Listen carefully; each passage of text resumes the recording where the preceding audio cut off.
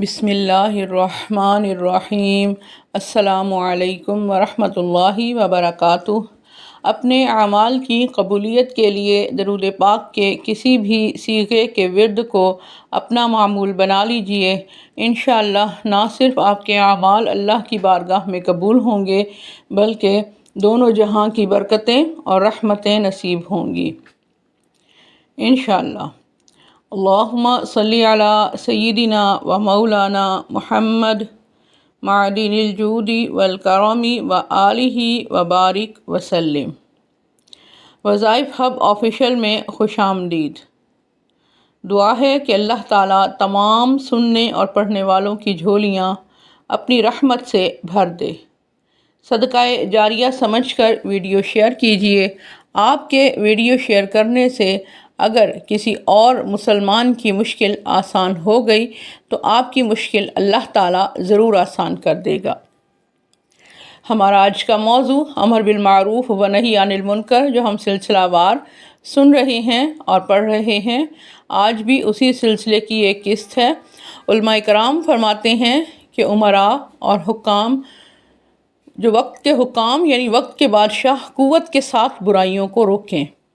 علماء کرام اپنی زبانوں سے نیکیوں کا پرچار کریں اور برائیوں سے باز رکھنے کی لوگوں کو تلقین کریں، اور عوام الناس آپس میں ایک دوسرے کے ساتھ محبت اور اخلاق کے ساتھ اس فریضے کو نبھائیں۔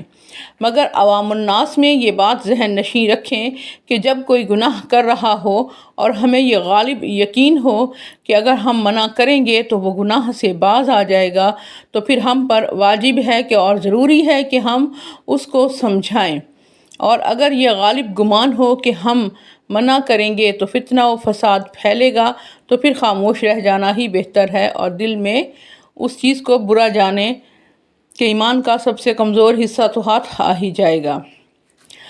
قرۃ العیون میں یہ روایت ہے کہ قیامت کے روز مرد اللہ تعالیٰ کی جناب میں کھڑا کیا جائے گا۔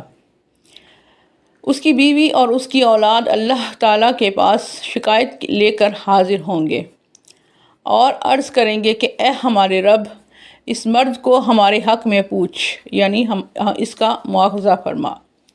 اس نے ہمیں دین کی باتیں نہیں سکھائی تھیں اور ہمیں حرام روزی کھلاتا تھا، اور ہم بے علم تھے، بے عمل تھے، لہٰذا اس بد نصیب مرد کو حلال روزی کمانے کے سبب پیٹا جائے گا، یہاں تک کہ اس کا گوشت جھڑ جائے گا۔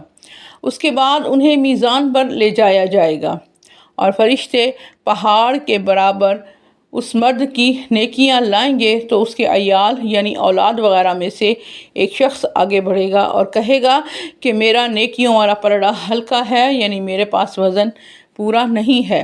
وہ اس کی نیکیوں میں سے کچھ نیکیاں لے لے گا، اور پھر دوسرا بیٹا آئے گا اور اس طرح وہ بھی اپنی اولاد میں سے اور نیکیوں کی کمی کو پورا کرنے کے لیے لے لے گا۔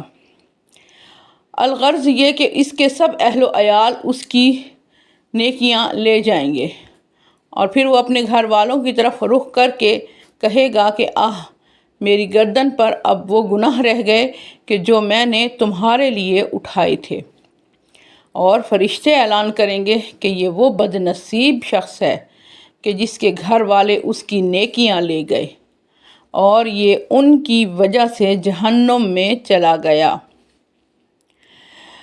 استغفر اللہ۔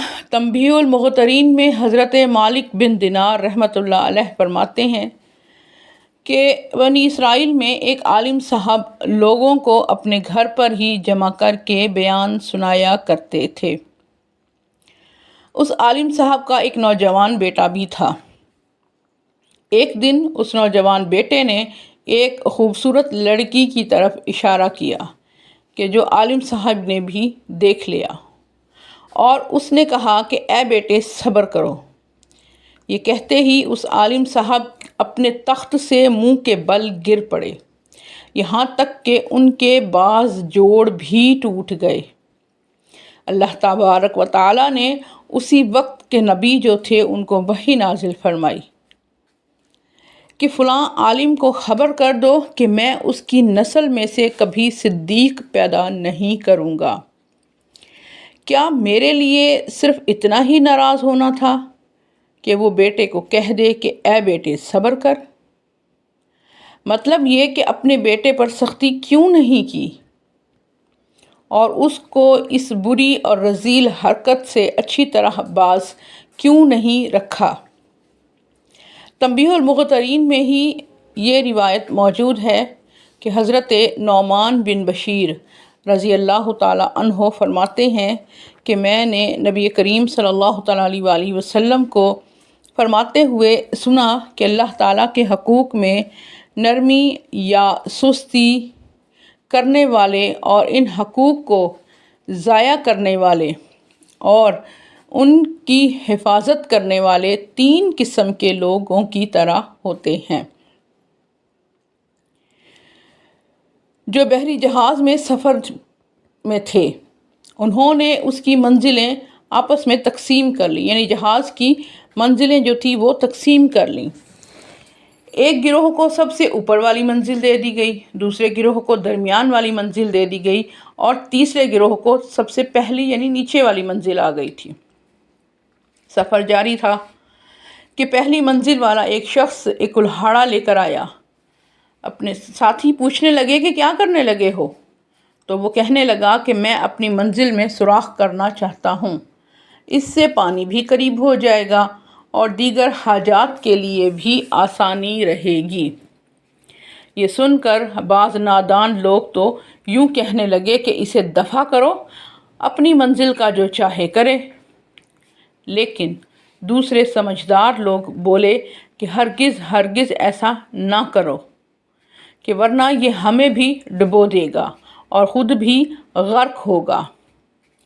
بس اگر وہ لوگ اس کا ہاتھ پکڑتے ہیں تو وہ خود بھی بچتا ہے اور لوگ بھی بچتے ہیں، اور اگر وہ چھوڑتے ہیں تو وہ انسان خود بھی ہلاکت میں پڑتا ہے اور اپنے جن سے عمل لیا ہو انہیں بھی ہلاکت میں ڈال دیتا ہے۔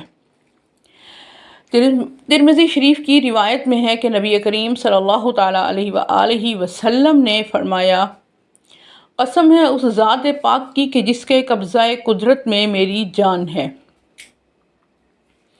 کہ یا تو تم اچھی بات کا حکم کرو گے اور بری باتوں سے منع کرو گے، یا اللہ تبارک و تعالیٰ تم پر جلد اپنا عذاب بھیجے گا، پھر تم دعا کرو گے اور تمہاری دعائیں قبول نہیں ہوں گی۔ ابو داؤد کی روایت ہے کہ جس قوم میں گناہ ہوتے ہیں اور نیک لوگ بدلنے پر قادر بھی ہوں پھر بھی بدلہ نہ لیں تو قریب ہے کہ اللہ تعالیٰ سب پر عذاب بھیجے گا۔ تنبیہ المغترین میں حضرت مالک بن دینار رحمۃ اللہ تعالیٰ علیہ فرماتے ہیں کہ اللہ تعالیٰ نے فرشتوں کو حکم فرمایا کہ فلاں فلاں گاؤں پر عذاب ڈالو۔ فرشتوں نے بڑی عاجزی سے التجا کی کہ اے باری تعالیٰ، اس جگہ پر تو فلاں فلاں تیرا ایک نیک بندہ بھی موجود ہے۔